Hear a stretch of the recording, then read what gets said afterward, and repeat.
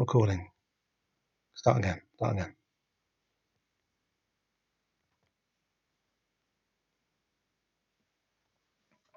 So this is more for the sake of when I actually decide to put it up as a separate video rather than for the live stream. If you've tuned in live and this is all messed up, I'm so sorry. But hey, whatever. What else is going right lately in the world, right? And so we return and begin again. Welcome to the Invisible Podcast, issuesode 16. We're going issue by issue, page by page, panel by panel, theory by theory through Grant Morrison's Cosmic Conspiracy classic, The Invisibles. We are on issuesode 16. It's the 19th of April. It's lockdown here in the UK. We are on lockdown. This is a comic about Liberty, and we've lost them. Liberty, she has left the building. Let's not worry about it too much, though. Let's kind of look at a few things that we want to jump into on the cover. Well,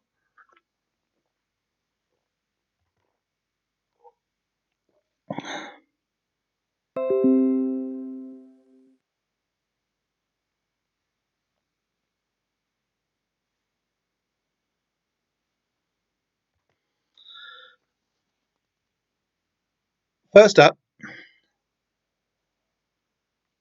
pardon me, it's not a great cover, is it? Let's be honest. Dane's face looks a bit weird compared to the kind of the effort that's been put in with the art on the interior. The cover doesn't really work. This is a bit on the nose. Dane's face is a bit flat and blank, and the nodules here, they're not as good as they are in the issue.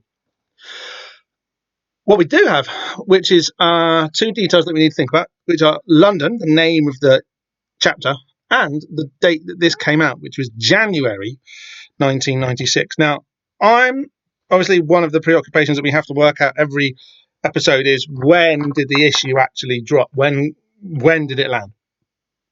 We worked out that the last issue came out probably early October. This issue, therefore, has maybe come out early mid-November. There are some cues at the back of this issue which would suggest that it came out in good time for late November. But the cover date is January 1996. I'm pretty sure that I didn't get this until January 1996, by which time it would have been out for a couple of months already. I'm pretty sure that I had to go to Bristol to get it. I wasn't able to find it in Somerset. So subsequently, I missed the bit at the back. I don't want to get to it yet because it's not going to happen on this bit. We're going to get to this when we do the second half of the episode in a few days' time, whenever I get around to it. But basically, I didn't get to this at the time.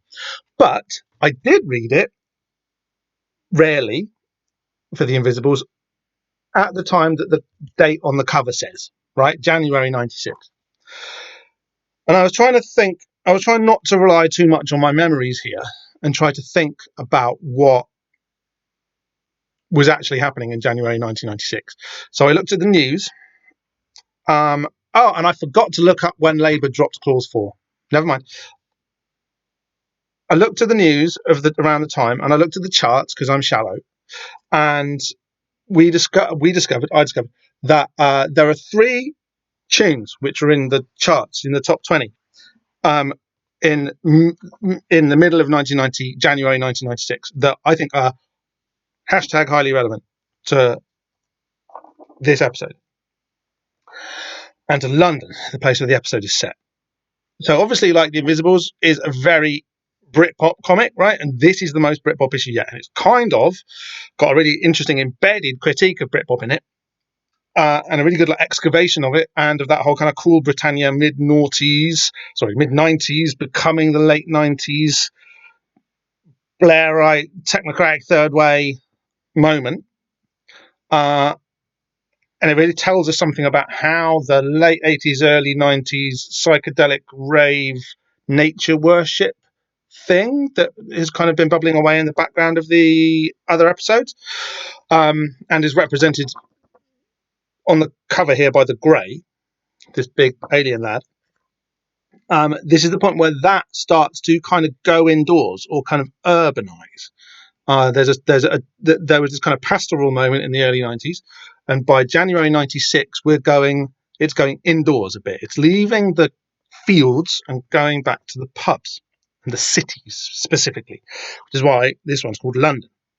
I think if you wanted to locate the action, all of like Dane messing around and stuff in time, it's very clear that it's the summer, but it has a lot of fun playing with whether it's the summer of 95 or the summer of 96.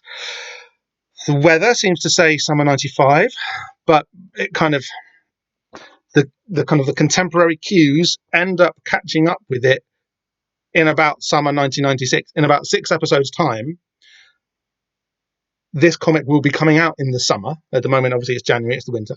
But in about 6 episodes' time, it will be coming out in the summer, by which time we will feel like we are in the summer of 1996 with the comic. That's something we don't need to worry about for about 5 or 6 months yet, as this first book of The Invisibles draws to a close. But what else have we got to say about this? Yeah, okay. January 1996, the charts. There are 2 songs and 3 releases that are in the charts at the moment that I want to talk about.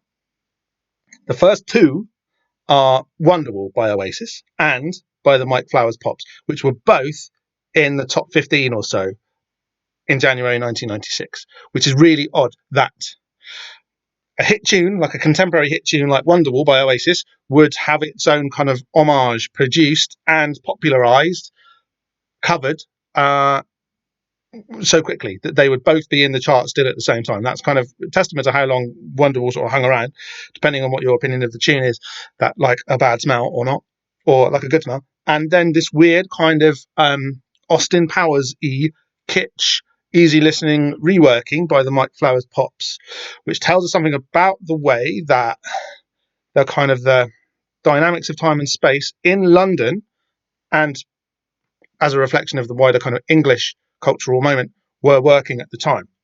By that I mean that there was something very obvious and quite explicit. There was no kind of shame about this. More's the pity, in fact, that the 90s in London specifically was, and the Britpop moment, for want of a better term, the Cool Britannia moment is probably a better term for it, because there was more involved there really than just music.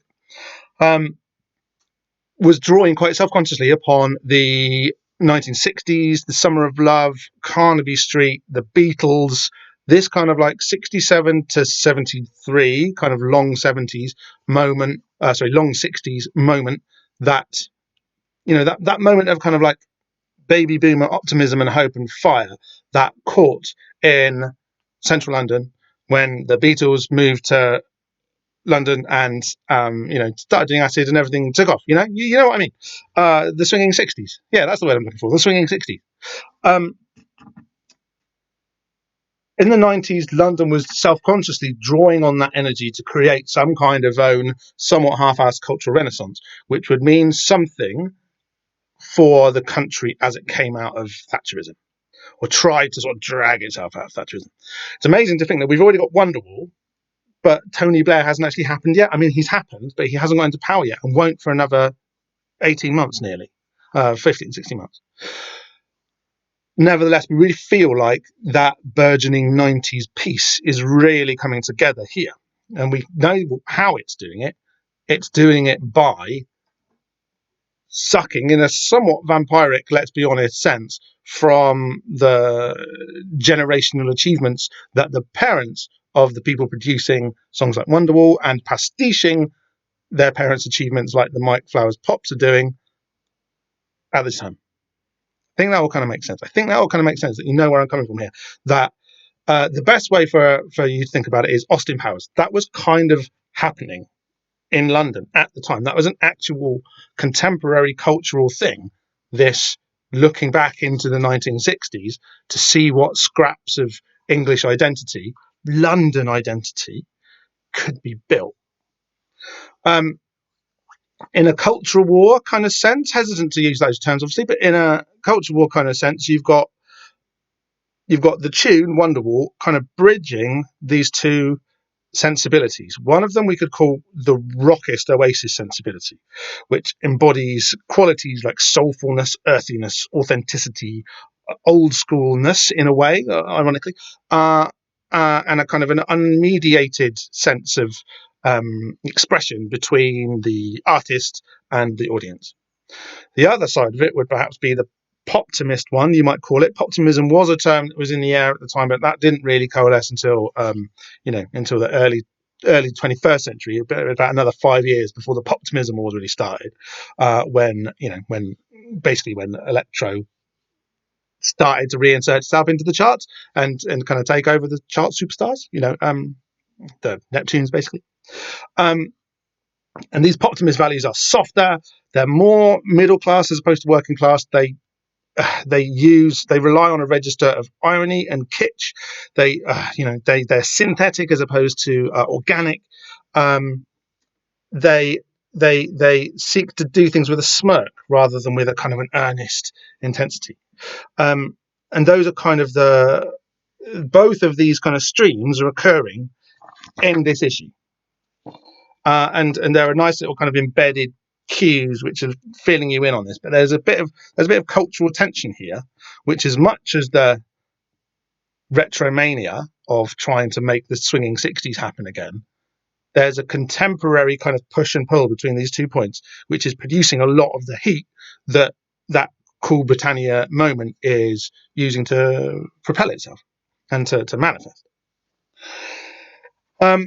So that's kind of an English Britpop thing. That's kind of boring. Let's be honest. That's kind of embarrassing in terms of how it speaks to the kind of nation that Britain built itself from and into.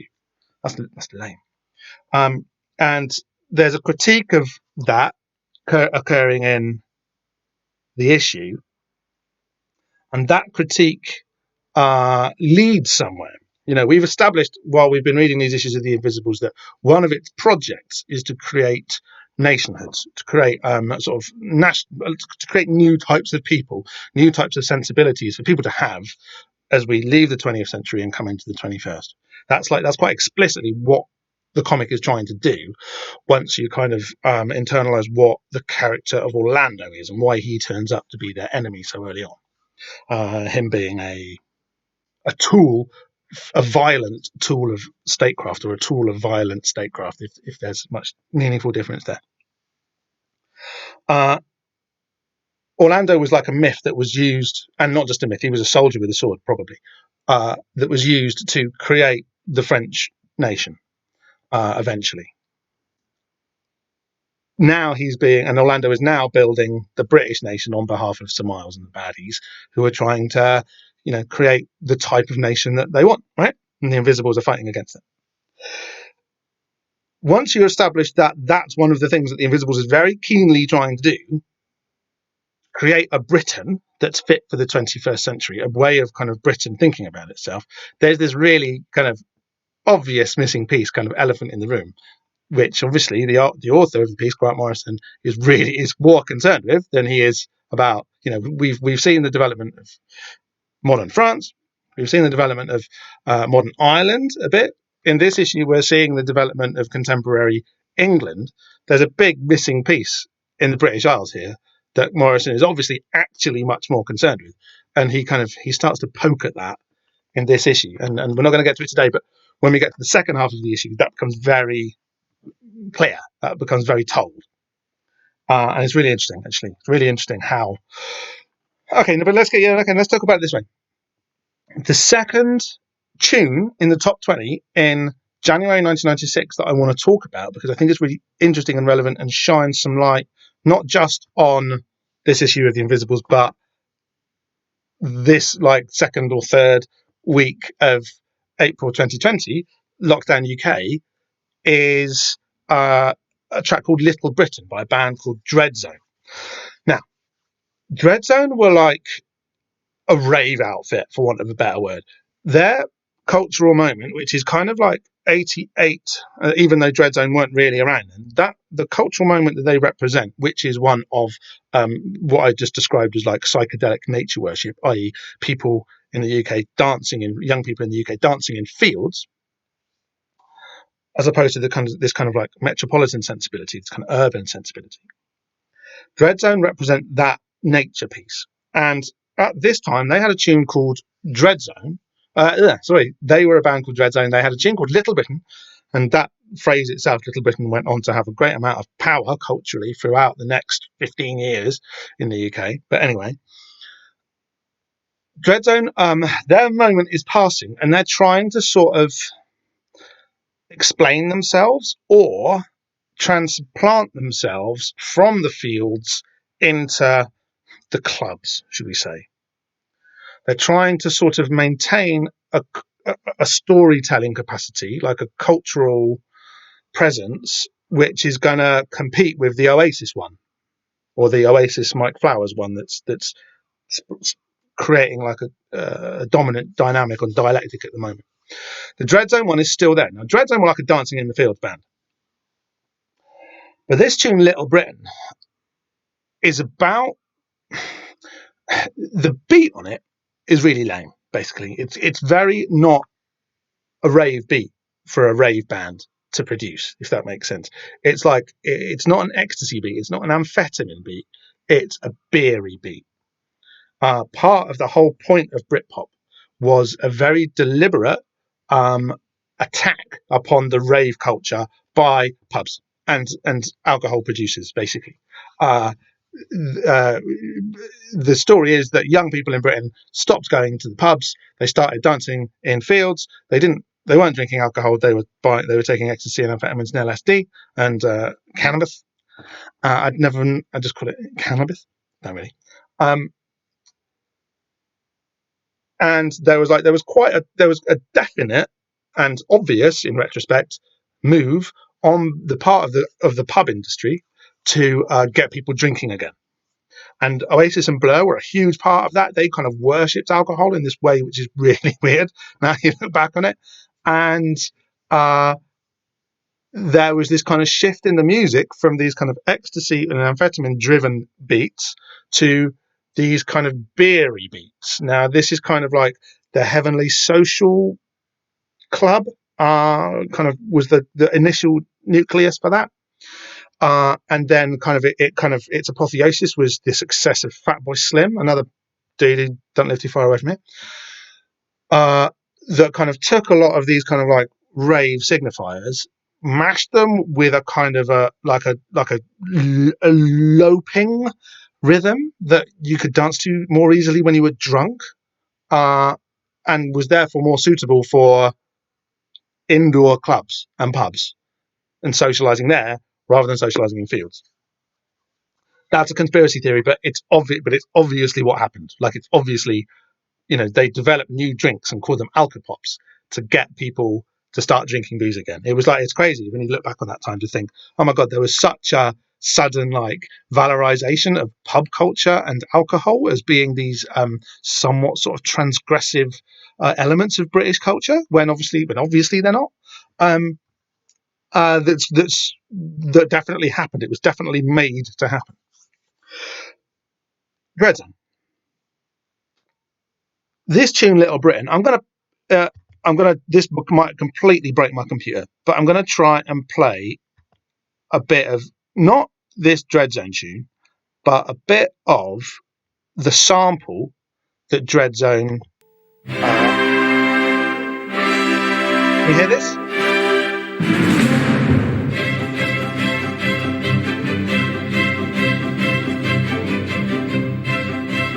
This is basically the tune that Dreadzone sampled to make their tune Little Britain.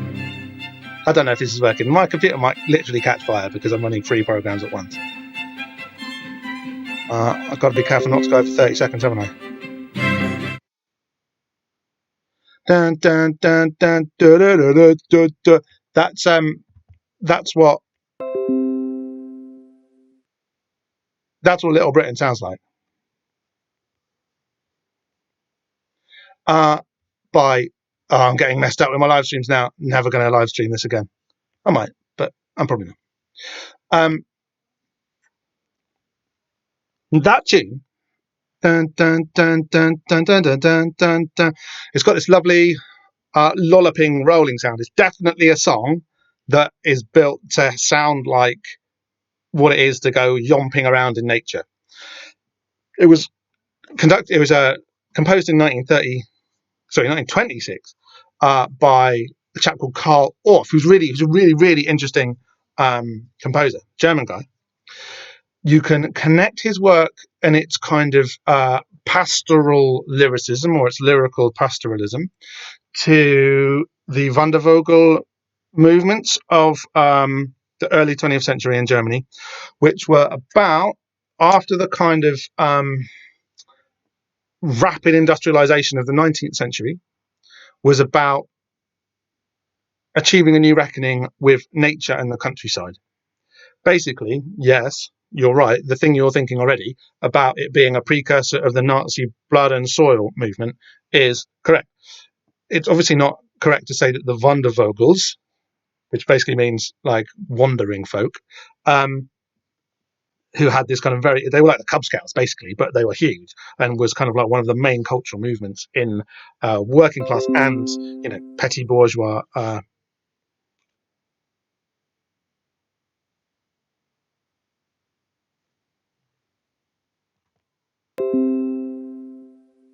and petty. I don't know what's going on here. And petty bourgeois sensibilities in Germany at the time. It was a very kind of popular, like, cultural thrust sort of thing, and it did feed almost too effortlessly into Nazism, and that's a shame. Carl Orff was writing music that was a slightly more like middle classy people who go to opera houses version of that. Let's get back to nature and enjoy this beautiful Germany that we have thing. Sensibility. How many times have I said sensibility? A lot, I think. Maybe I'll say it a few more times and see if we can turn it into a podcast. Orff wrote that tune because it's about becoming one with nature, about getting out there and being it. And therefore, as I just sort of was hopefully, you can see the connection between Dreadzone, who enjoyed taking these kind of like oneness drugs in fields in England. You can see how that connects. You can see how there's this weird and not entirely unproblematic, because the Nazi thing did come out of it effortlessly, although they're different. You can see how this connects to a rebirth of some kind of weird nature worship. But like I say, that cultural moment is ending. And yet Dreadzone have got a hit with it in the charts at the moment because it's being cleverly elided with a new boozy, indoorsy sensitivity. And when I say indoorsy, I don't necessarily just mean indoors. People didn't stop dancing outside, but there was an explosion in festival culture. Like, free parties basically went business-like and became festivals. There were a handful of festivals, basically just Reading and Glastonbury, in the UK prior to this moment in the mid-90s, and then there was an explosion of them, and suddenly they were everywhere because raves were outlawed. But if you got a license and spoke to the farmer, you could have a festival. Same thing, and you could sell booze there, right? So we've still got a very sort of, it's literally licensed. The utopian possibility is there as a commodity, and you still get to kind of dance in a field, which is lovely. But the loveliness doesn't have this kind of utopian rebellious thrust that it would have had merely a few months or years before. Karl Orff, Dreadzone. Yeah, it's obvious, surely you can see the connection. There are some other things in this Dreadzone tune which are really interesting. It's a horrible tune. I hate it. The beat, it's terrible. And that lolloping, let's get back to nature vibe is problematic. It can go wrong too quickly, and indeed did. But we need to look at the other elements that this Dreadzone tune is constructed out of, before we come back to the other one, because this is where people's minds get blown. First of all, there's these two vocal samples in the tune. One of them is from, and this connects it to the Invisibles, lo and behold, is from If. If is a 1968 movie by a chap called Lindsay Anderton. It's got Malcolm McDowell in it. Basically, you've probably seen If. If. If you haven't, kids at a public school in Britain very, very strict and corporal punishment and terrible authoritarian regime within this school. Basically, an angry young man and like a few of his queer friends stage a rebellion in the school and start murdering the teachers with machine guns, and it's absolutely brilliant. It's a very, very, very fun film to watch, and has a real rebel language thrust to it. Little Britain by Dreadzone quotes the evil headmaster in the film with this line, and it's in the tune. It's the headmaster. He says, "Britain today is a powerhouse of imagination, experiment, and innovation." Now, what's really creepy about that line is that this is like an evil headmaster saying this in a film in 1968, this period when England in the 90s is trying to draw all of this energy of its own selfhood from. And you can put these words in Tony Blair's mouth and it fits perfectly. Britain today is a powerhouse of imagination, experiment, and innovation. All of these third way buzzwords, this jargon that Tony Blair loved and which became the thing that you and me and everyone has to say at work every day. It has this novel thrust in the 90s, but it's just been nicked from 1968. Which kind of speaks to the continuity of some of these ideas and how kind of some of these ideas which promise imagination, experimentation, and innovation maybe deserve to be questioned a bit and that you should be a bit suspicious of. The other thing, this would really freak me out. Because I was like, I was like, is Dreadzone really relevant to this issue of the Invisibles? Is it really relevant to the Invisibles at all? And the if connection, if is obviously if is definitely one of the things that Grant Morrison always said, yeah, I love if, and I wanted to get some of that energy into the Invisibles. The sequel to If, Oh Lucky Man, is Grant Morrison's favourite film, or at least it was when he was doing interviews around this time. Oh Lucky Man's really boring. It's like a sex comedy with all of this kind of existentialism sort of grafted onto it. It's really turgid and difficult to watch. If is much more fun. But it's kind of putatively the same character from If, kind of goes off and shags around in swinging London. It's really boring. There's another bit, and this is so that Invisibles connection between Dreadzone and the Invisibles. Okay, fine. But then this one is just too much. There's another vocal sample, another sample from a film, a dialogue sample in Little Britain by Dreadzone. And it's from Excalibur, the awesome King Arthur movie by John Boorman from 1981. Everyone loves Excalibur. Great film. Very sort of muscular, but sort of, but kind of intellectually serious retelling of the King Arthur myths. Again, using a lot of 60s energy because they were basically at the point where 60s dudes could start making their own films now with a bit of creative heft behind them, having spent the 70s building a reputation. And the quote in Dreadzone is a bit where Parsifal, right, to make it German. King Arthur's dying, and Parsifal is basically using the Holy Grail to revive Arthur and revive, the Fisher King and revive the Wasteland at the same time, right? This doesn't just connect to the Invisibles through modernist poetry and that kind of obsessive line of influence that we've been tracing through this, although it's in there. But basically, the words are, you and the land are one. Parsifal says this to Arthur. Arthur's all I'm dying.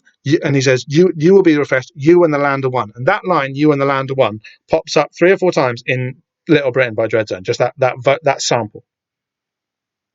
And this week, as I was thinking, is Dreadzone really relevant to the Invisibles? And is it relevant to today? Because I'm always looking for reasons why the Invisibles isn't just a comic from the 90s that I've got damage of. It's like you're doing a podcast about it today. Why is that a thing to do? Basically, you and the land are one in reference to the Prime Minister of England, Boris Johnson, literally appeared in a Daily Telegraph comment piece. I'm writing this. I'm recording. Like, this is one. This is. I'm lockdown UK. This is the first great lockdown of 2020 in the UK. 1 week ago, Easter Sunday, Boris Johnson miraculously recovered from his coronavirus, right? And this thread of "You and the Land are One," this Fisher King mythography, has been being pushed by the Telegraph and the right-wing press in general as a way of hiding the fact that Britain's response and the mortality rates to coronavirus have been the worst in Western Europe, or anywhere, and basically using these cheap old myths. I only mean they're powerful. I only mean cheap in the sense that they're sitting there on the table. Anybody can use them. Using these myths to do what myths do: create sensibilities, create nationhoods, create ways of thinking and being for people. Right?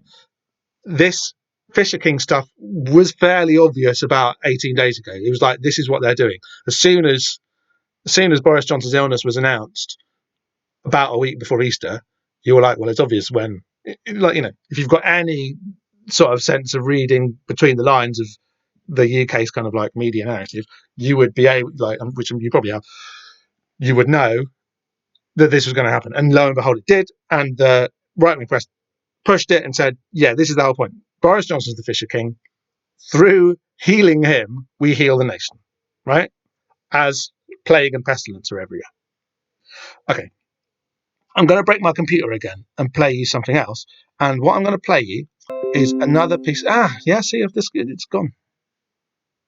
Is it still recording there? You still recording?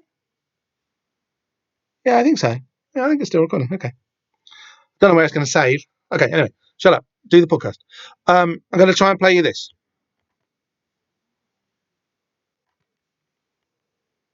This is one of the most famous pieces of music in the world.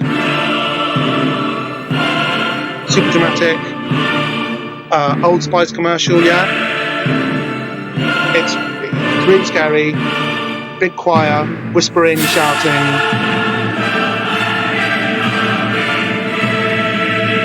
You've heard this song a billion times. It's one of the most famous pieces of music in the world.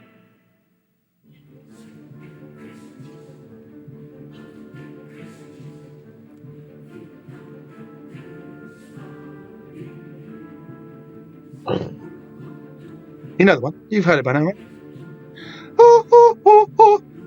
It's a great piece of music. Very, very famous.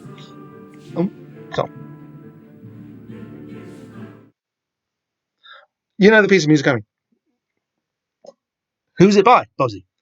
It's by Carl Orff. It comes from exactly the same suite of music, Carmina Burana, as the Dreadzone one.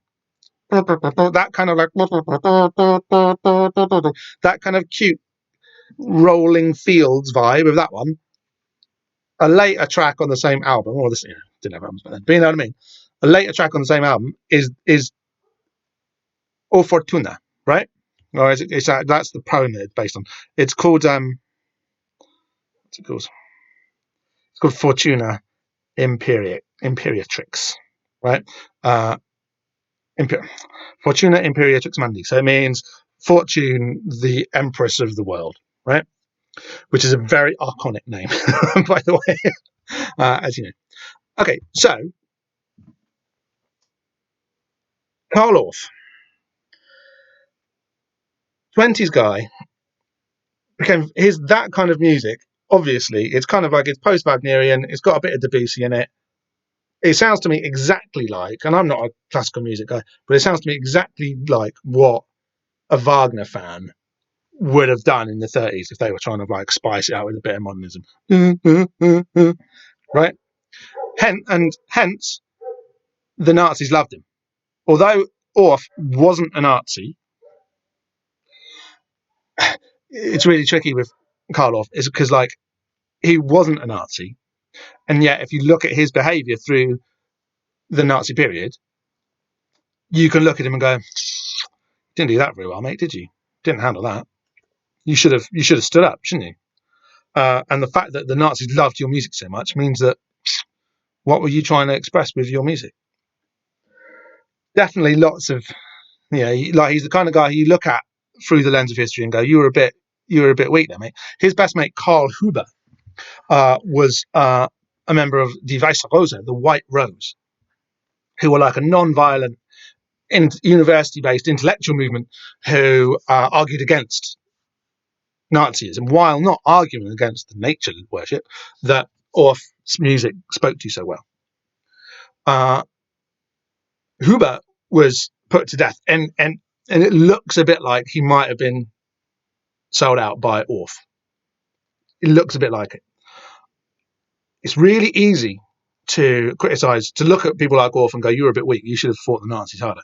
And yet, you sit here in lockdown, and you can see like the wheels of history sort of moving around you, and feel your own stasis being engineered by these wheels, right?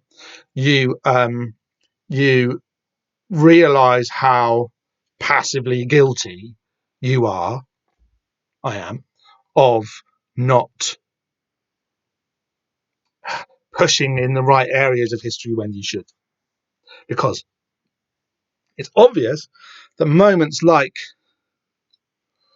this, moments like Orrf's lifetime, and moments like the one he was referring to with this very famous, very influential suite of music, these moments of kind of historic softness, they do occur, and they can only be affected by the individuals within them. So when you see history doing this, it puts the finger on you a bit and says, so what are you doing about it? How do you make sure that what happens at this soft point in history produces a world that you want, rather than a one that bunch of Nazis, for instance, or a bunch of lunatics in the Telegraph who are remobilizing all of this Arthurian imagery one? The scary tune. Oh my goodness, there's so much here that I haven't gone into about The Lion and the Unicorn and Orwell and John Major. There was so much like Englishiness being engineered really directly, but I've been going for bloody ages and I haven't even started talking about the Invisibles yet. But I think this is important. Like, I genuinely think this is one of the subterranean keys lurking within the text that make the text relevant to reading now. So the Dreadzone tune and the scary one, O Fortuna, were musical accompaniments to a bunch of poems by a bunch of monks from the late 12th, early 13th century called the Galliards. There was a movement in monastic poetry called Gallardism, or the Galliards, who were basically a bunch of fairly young, a bit kind of up for it monks, writing the rock and roll of their age, which was these kind of like basically edgy poetry. There's a lot of like it's quite sensual. There's a lot of like coded allusions to sex, kind of like mystic sex, the kind of the allowed one, and like dirty sex as well. But O Fortuna, the piece Fortuna Imperatrix Mundi, or based on, is an incredible piece of poetry, and I'm going to read the whole goddamn thing to you, and hopefully the reason will become clear why. This is like obviously it was written by. Okay, I've got to explain. Sorry, before I jump ahead and tell you what it is. The Carmina Burana is this collection of poetry by the Galliards, but they were not like, they didn't know each other. This was like a movement. Well, they did know each other, but they didn't live. They weren't like buddies or anything. This is one of the first. What I'm trying to say is the Carmina Burana is one of the first pan-European cultural movements that there ever was. Right? You had monks in Scotland, monks in Ireland, monks in England, monks in Germany, monks in France, monks in Italy, called Galliards because of this kind of like upstart sensibility, this invisible rebellion-esque sensibility that they shared. Were producing this edgy poetry to create a re-enlivened sense of the mystic and the numinous, to challenge the state, church, and monastic traditions that were pretty repressive, let's be honest, at the time, right? They were inventing a pan-European sense of self, which worked. This is 1996. Tony Blair's just about to come to power. Dreadzone and Oasis and Mike Power's Pops are creating this England, which is trying to be English and European at the same time, right?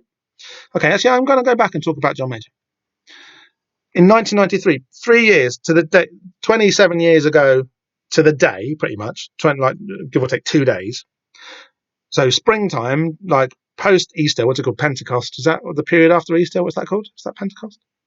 You know, it's a time when it's the time of spring, obviously, but a time when new ideas, new cosmic ideas, new ideas about the order of things can be shared and can be boosted. John Major, the current Prime Minister during the publication of this issue of The Invisibles, which I'm still talking about, said, 50 years from now, this is my John Major impression, 50 years on from now, Britain will still be the country of long shadows on county grounds, I think he said, warm beer, invincible green suburbs, dog lovers, and, as George Orwell said, old maids bicycling to Holy Communion through the morning mist. Heavy Easter imagery there. This could have even been Easter, right? Because obviously Easter's a movable feast, isn't it? But old maids bicycling to Holy Communion through morning mist. You know, Tories love using this Easter imagery to set the agenda for the years to come, and the left should do it too. But they think it's mystical, so they don't want to do it. Do it because the Tories do it and they win. But do you see how notions of self and of identity get created during times like that, times like these? Major said that just to the Conservative Group for Europe, just during the ERM kerfuffle, when new boundaries of English and European identity were being established. This Orrf, Dreadzone, England, Little Britain, that's being created here, is about trying to create a Britain which fits in to a European technocratic sense of thing. I voted Remain. Ancient history. I voted Remain, but not because I love the EU, just because you couldn't leave the EU with Tories in power. I'm pretty sure I've said that on the podcast before. Europe is basically just a weird, like, bureaucratic German empire. Britain shouldn't necessarily be a part of that, but obviously, as bad as it is, the EU is not going to be as evil as the Tories. And if you didn't know that, you're stupid, because the Tories are obviously they're just evil dudes. Sorry, simple. And now it's being proved, and Boris Johnson's motivating all of this Arthurian imagery to try to mobilising all of this Arthurian imagery to create a New England under your feet while we're all locked indoors. Okay, this is the scary one. What the people are saying is this. Bad translating, don't know. This is the Carmina Burana from the early 13th century, written by some monk in Germany, probably. O fortune, like the moon, you are changeable, ever waxing, ever waning. Hateful life first oppresses and then soothes, playing with mental clarity. Poverty and power, it melts them like ice. Fate, monstrous and empty.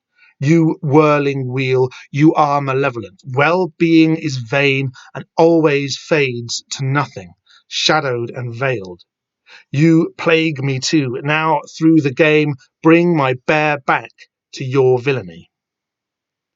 Fate is against me in health and virtue, driven on and weighted down, always enslaved. So at this hour without delay, pluck the vibrating strings. Since fate strikes down the strong, everyone weep with me. So this is sorry if you missed it, but they literally use the word plague. This is from the early 13th century. This is being written It's a plague poem. This is plague literature. This is describing the softness of history that we all shut up in our houses all over the world are experiencing. Read O Fortuna from the Carmina Burana. Read O Fortuna. It's a prayer to the goddess of fortune. Not a prayer, it's a criticism. That's why it's edgy, right? That's why the Galliards are onto something. Because it's an invocation of the goddess of fortune, written from a plague perspective, written from a plague society like we have now, that talks about the way that history, that the strings need to be vibrated and that people need to weep together, about how you push on these soft points of history to create something better. And I'm not going to talk about the Lion and the Unicorn. We're going to leave George Orwell for a day, other than to note that John Major was writing about him, and there's an irony there, right? Is there? Orwell, rebellious Eton boy. John Major, working class Tory. The overlap there is obvious, right? Okay, The Invisibles, issue 16. Sorry, I've been going for 50 minutes and I haven't really talked about it yet. But obviously, I've gone mad from lockdown, and these things about creating Englands are happening in this issue of The Invisibles and are happening in England now. And we ought to be aware of that. And we ought to, we can pull from history too. Okay? Read the Carmina Burana. On to our first page, we have an advert for the Vamps, Hollywood and Vain. She'd Suck Your Blood for a starring role, by Elaine Lee and William Simpson. I've never read this. It looks rubbish, frankly. Although I do like, I like the Simpsons as they are now. Bless them. Does this advert relate to the episode? I think it kind of does. I think obviously the vamp here being coded as female, being monstrous other or weird other is probably a better way of saying it, and the way that she exists kind of within the editing function of the movie of Hollywood, the Dream Factory. The Invisibles is another Dream Factory. I think we can say that this vamp here, who would suck your blood for a starring role, is Barbalith. Spoilers. Who we have, who, by the way, is on the cover too. So yeah, the green circle, we know who that is by now, right? I'm pretty sure we've come that far. Page one proper, we're straight into our splash page. London. The art in this issue is so good. The art in this issue is so good. Let's go with it. We got Dane, who we haven't seen for months. Dane McGowan, Jack Frost, is the star of the comic, and he hasn't been in it for about, nearly 6 months, nearly half a year since the main character's been in the comic. The Invisibles is so next level in the way that it can do stuff like that. You forget. But for this kind of confidence of vision, to take your perspective character, to take your protagonist and just not have him in it for 6 months and then fly around the universe and then come back and he's nicking stuff, it's just great, right? Okay, we've got our credits on the front page here and the title, London Underground, Roundel thing. Grant Morrison, writer. Paul Johnson, artist. Welcome, Paul Johnson. This is like the 6th main artist that The Invisibles has had in 16 issues. That's a lot. And normally, that's a bad thing. Normally, it's taken as being like a sign that the comic is struggling a bit. And indeed, The Invisibles was.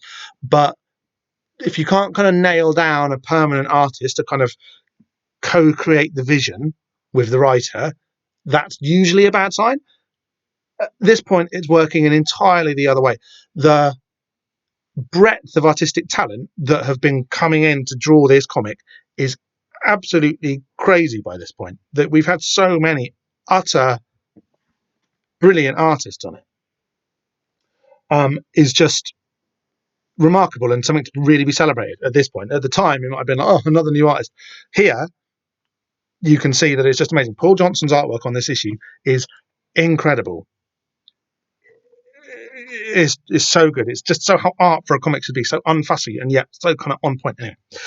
Daniel Votzo's doing the colours and separations. Ellie DeVille is doing the letters. Julie Rottenberg is our associate editor. Stuart Moore is our editor. And the Invisibles were created by Grant Morrison. We knew that. Splash page. It's Dane. He's just nicking from this kind of corner shop owner. It's not a corner shop because it's not on a corner, but it is a newsagent's in a town run by an Asian man. Which was even his own thing. Just like, look at this kind of the way that he draws the negative space down to the front of the page to kind of guide Dane's footsteps and your reading eye. This negative space, Johnson's just so good at using it. But just look at how real that street is. Part of why this issue is amazing, and this is one of the best issues of The Invisible. Part of the reason why is because of Paul Johnson just being like, oh, okay, London, 1996. All right, I'm just gonna draw exactly what it was like. The feel of London on these pages is incredible. You know, there's no like, I mean, there's a bit of like Westminster, London Bridge, you know, the Londons, the bits you expect to see. There's hardly any of it in this comic, and yet he implies and recreates the atmosphere of 90s London perfectly. I was there, and it felt like this. I promise. It's remarkable that he's managed to evoke the place so well. Rubbish on the streets, people with the sweaters tied around their waist, kebabs, Walls ice cream. It's like, this is there.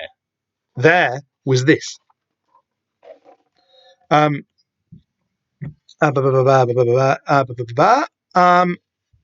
page 2.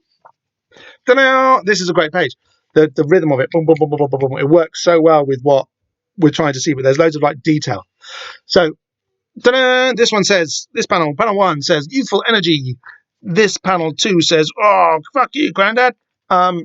Check out the dudes with the black glasses, though. There's this lovely, just kind of like little bit of like myrmidonic archon energy working in the background, even before we've kind of got into the issue.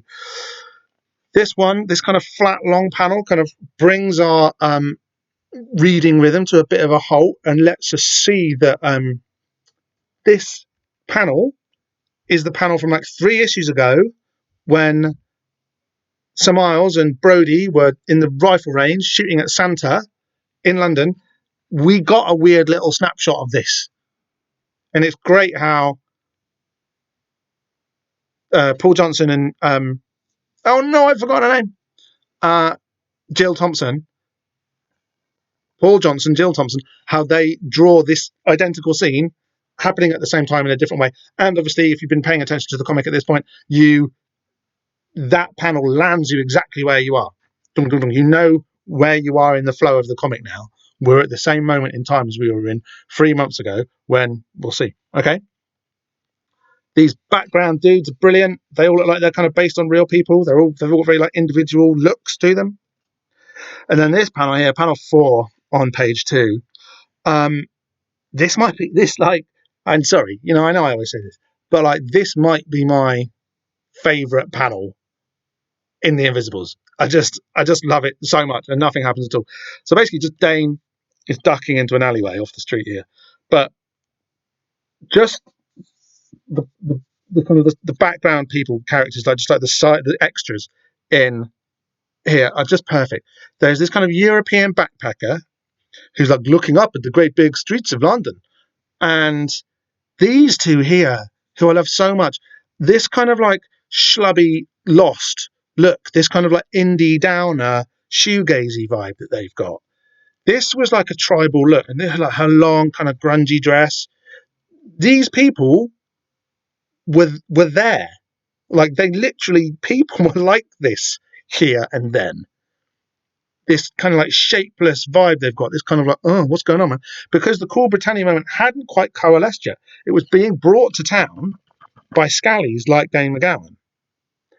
And pretty soon these people would have ditched their indie indie grunge thing and started to Britpop themselves up. And there was a slightly more, you know, their haircuts would have been a bit shorter and they would have had a bit more of a up for itness about them. But at the moment, they've been smoking too much dope and probably doing a bit too much ecstasy, and they're a bit shoegazed, right?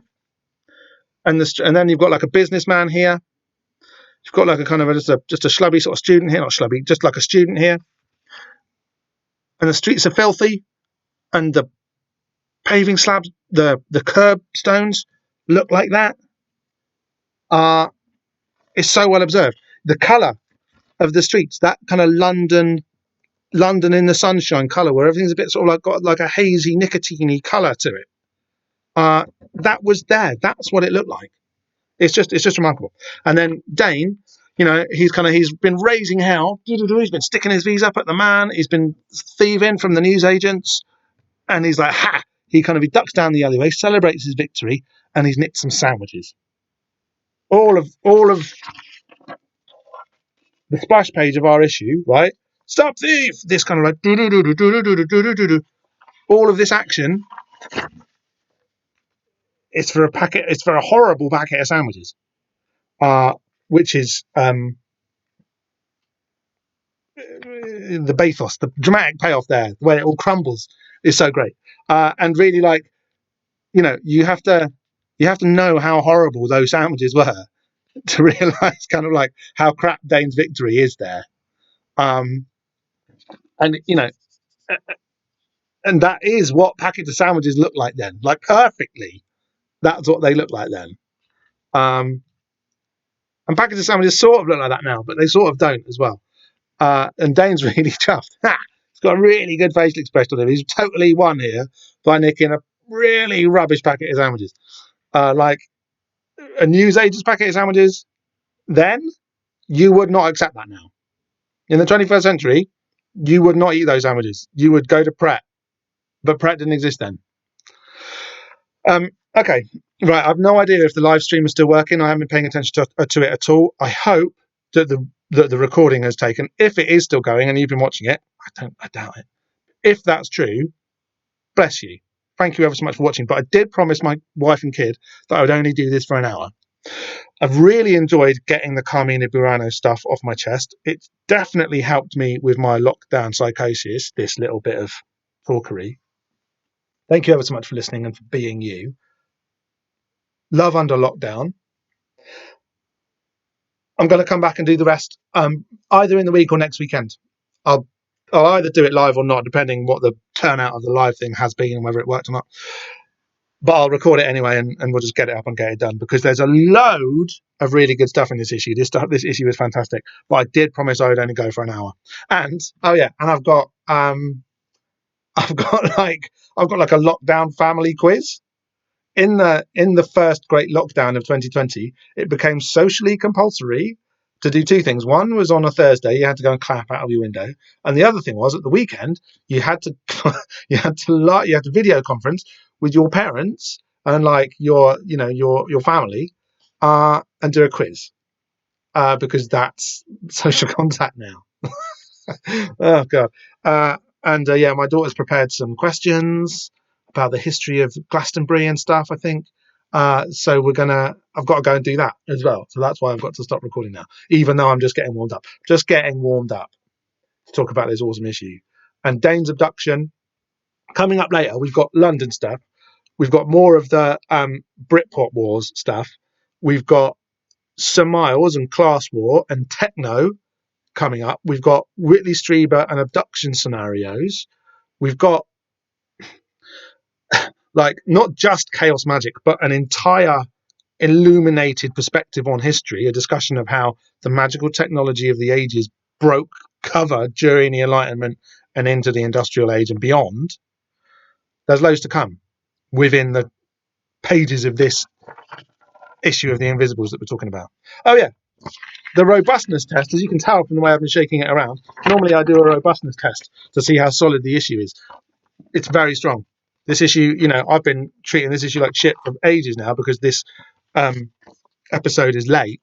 So I've been reading it. I've been having it to hand for about the past 6 weeks. And look how strong it is still. Still holding up really well. Passes the robustness test very well. She's 16. And I've got to stop now because I've got to go and quiz with my family. Thanks for watching. Thanks for bearing with me. Thanks to my computer for not literally catching fire, but you haven't done too great on the rest of it, let's be honest. And thanks. And there'll be more Invisibles malarkey to come soon. Okay? Yeah. Within a week or so, we'll finish off this brilliant issue of the Invisibles. We'll do the Invisible podcast issue 16, and then we'll get back onto our monthly rhythm thereafter. Maybe even more, depending how long lockdown lasts for and what remains of my sanity afterwards. Okay? That's it. Cheers. Follow me on @bobsy_. Come and tell on Twitter. Come and tell me off for being an idiot, or whatever. And cheers. I really appreciate it. That's it. Bye.